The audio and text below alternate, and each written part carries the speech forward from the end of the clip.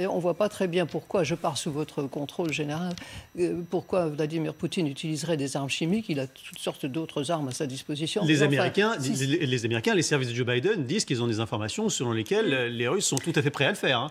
Et l'OTAN dit qu'ils cherchent un prétexte. Moi, je n'en sais rien, mais j'en doute un peu et je crois que beaucoup de personnes en doutent. Mais admettons que cela se fasse, il est certain que les Américains, à ce moment-là, répondraient de la façon la plus dure possible. Et la première chose à faire, ce serait alors là, pour le coup, d'appliquer les sanctions aux achats de gaz et de pétrole qui, pour le moment, ne sont pas sanctionnés. La Russie peut continuer à vendre son pétrole et son gaz.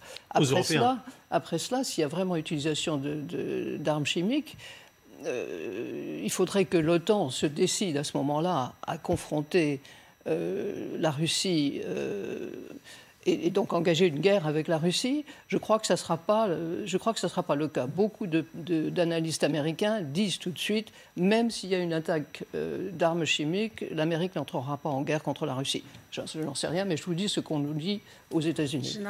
Le premier point, c'est que vous noterez que lorsque le président Macron parle de ligne rouge, il ne parle pas de la ligne rouge que les Russes franchiraient. C'est la ligne rouge que nous ne devons pas franchir, d'être belligérants. Donc ce n'est pas exactement la même chose. Deuxième point, la ligne rouge à ne pas franchir, souvenez-vous qu'elle avait été utilisée en Syrie et n'avait pas été appliquée par le président Obama à l'époque, et donc on ne parle pas de ligne rouge.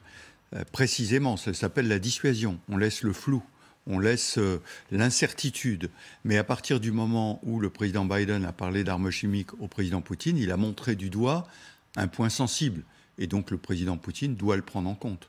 Voilà comment ça se passe. Donc je pense que la ligne rouge, c'est bien ne pas être co-belligérant, ça c'est pour nous. Deuxième point, l'utilisation de l'armement, attention, et on ne dit pas ce qu'on va faire. Est-ce que ça va être des mesures économiques? Est-ce que ça va être... On ne le dit pas. Parce qu'il ne faut pas montrer quelles armes on va utiliser. En revanche, ça a un inconvénient majeur, bien sûr, c'est qu'on laisse le président Poutine avoir le choix des lignes qu'il va franchir. Mais comme on ne lui a pas indiqué quelle ligne il ne devait pas franchir, voilà, exactement. C'est un peu, si vous voulez, c'est ce qu'on pratique dans la dissuasion nucléaire, hein, globalement. Hein.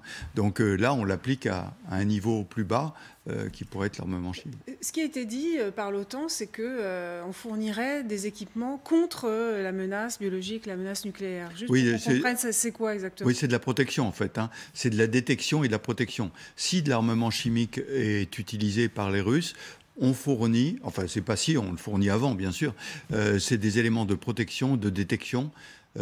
Faut bien voir que l'arme chimique, ça veut dire quoi? Ça veut dire une frappe tactique à un endroit donné pour emporter une décision. C'est pas comme l'arme nucléaire, un truc gigantesque. Hein.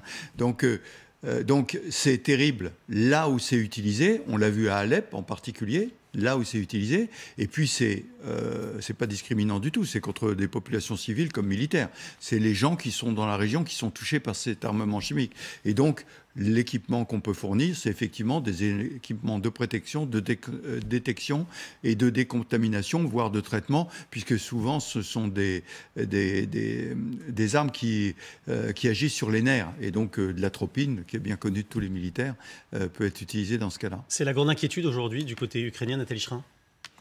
Oui, bien sûr, on a peur de ce type d'arme que moi personnellement je connais pas du tout, donc ça fait très peur.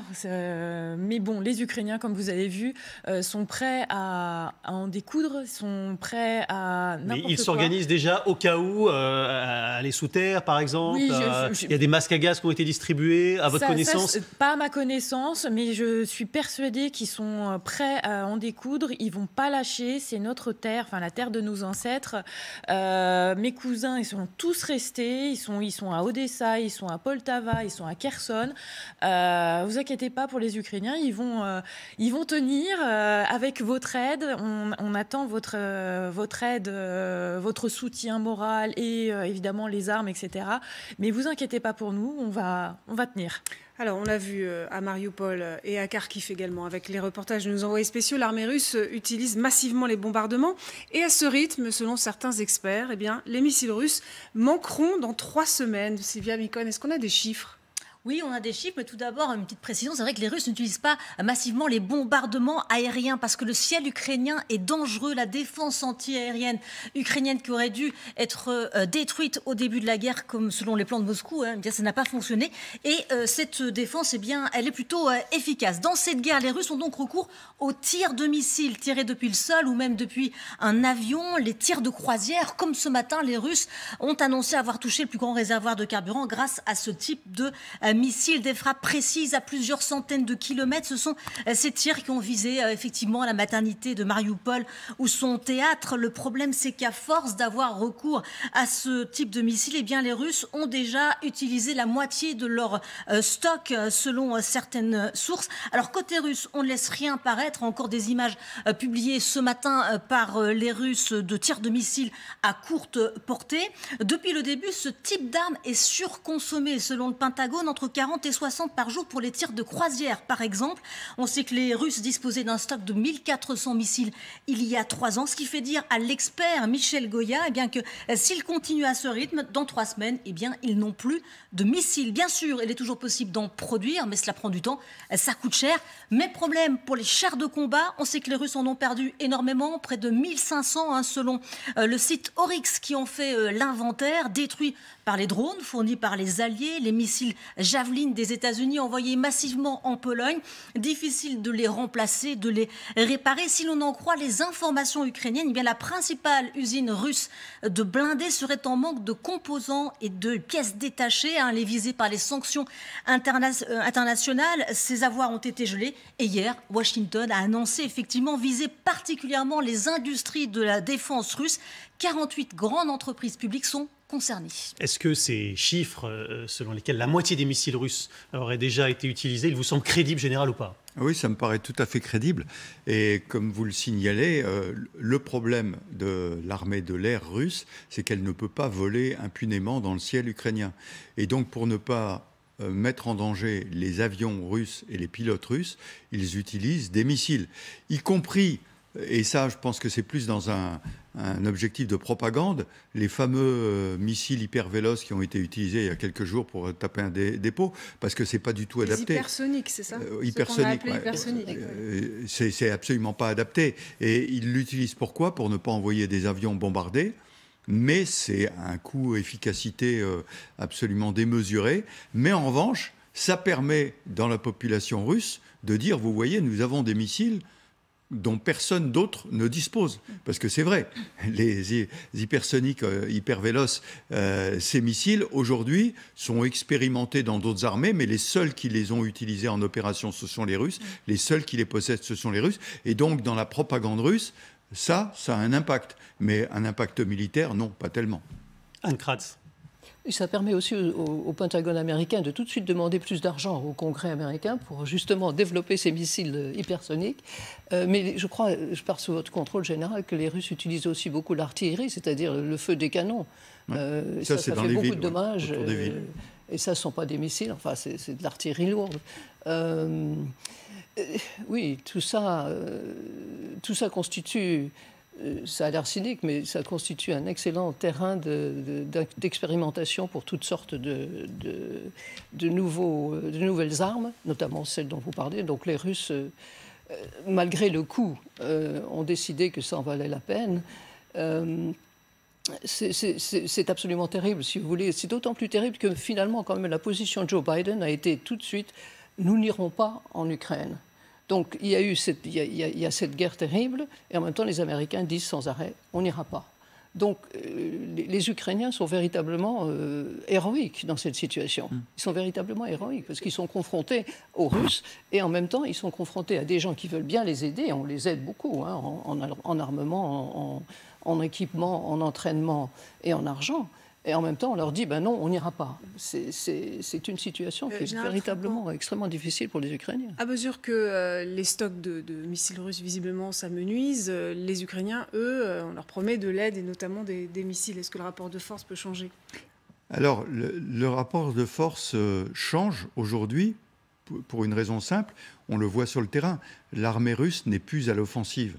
Il y a en particulier dans le nord-est de Kiev, on a vu les troupes qui creusaient des tranchées, qui mettaient des mines. Donc ça veut dire qu'ils ne vont plus avancer. Ils sont en train de se défendre.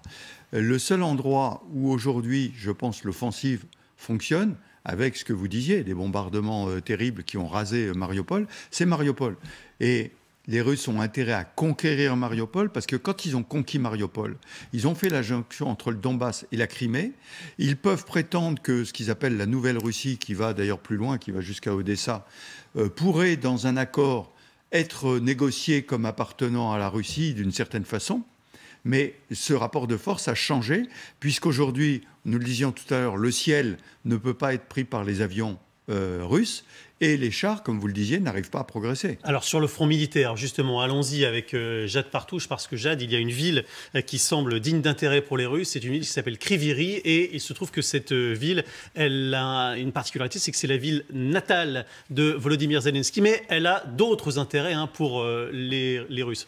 Oui, alors je vais tenter d'abord de vous replacer le décor. Il faut savoir que dans cette zone-là, il y a eu une avancée russe ces derniers jours. On a beaucoup parlé de repli et de stagnation. Eh bien, en l'occurrence, dans cette zone-là, il y a eu une avancée russe. En fait, on a beaucoup parlé de Mykolaiv. Vous savez, ils ont du mal à prendre cette ville pour redescendre à Odessa par la terre. Ils ont tenté quoi? Eh bien, une incursion, justement, par le nord pour rejoindre cette ville de Kryvyi, qui est justement la ville natale de Volodymyr Zelensky. Donc, premier intérêt, effectivement, symbolique, en tout cas pour Poutine, récupérer la ville natale de son pire ennemi. C'est quand même une ville de 600 000 habitants, donc on ne parle pas d'une petite ville. Autre intérêt, regardez, ça se trouve à 140 km de Dnipro. Et donc, ça permettrait effectivement aux Russes d'avoir une sorte de tenaille pour récupérer Dnipro. On en a beaucoup parlé. C'est un nœud extrêmement stratégique pour les Russes. Autre intérêt, cette fois économique. Kryvyi, il se trouve que c'est une ville, c'est la ville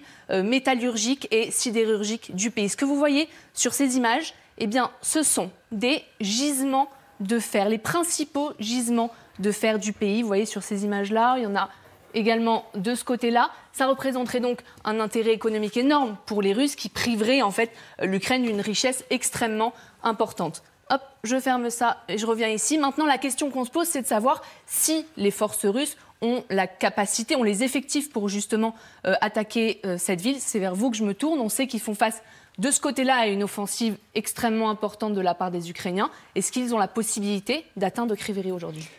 C'est un changement de tactique, en fait. À l'origine, l'offensive devait aller... Pardon. Hop, l'offensive devait aller vers Odessa. Oui. Mais avec le barrage qui a été mis à Mykolaiv, ils n'arrivent pas à passer. Donc, s'ils veulent changer, et par cette région-là, c'est ce que je disais à propos de la Nouvelle-Russie. En fait, c'est toute cette partie qui est la partie utile. Alors, vous parlez des mines de fer, effectivement très importantes, mais aussi les céréales qui sont dans toute cette région-là, avec le port de Mariupol. Donc, on voit que c'est toute une région assez cohérente sur le plan qui récupère tout ça. Et alors, la ville de Dnipro, où est passé Thomas pour aller jusqu'à Kharkiv, est importante parce qu'elle est stratégique, elle est centrale et elle permet de faire le lien entre l'Ouest et l'Est. Donc là aussi, c'est une ville importante. Mais ça prouve d'une certaine façon qu'il y a eu échec ici et que donc ils vont essayer de prendre ces deux points stratégiques pour arriver à donner une cohérence à ce qu'ils ont déjà conquis dans le sud-est de l'Ukraine. Merci, c'était très clair.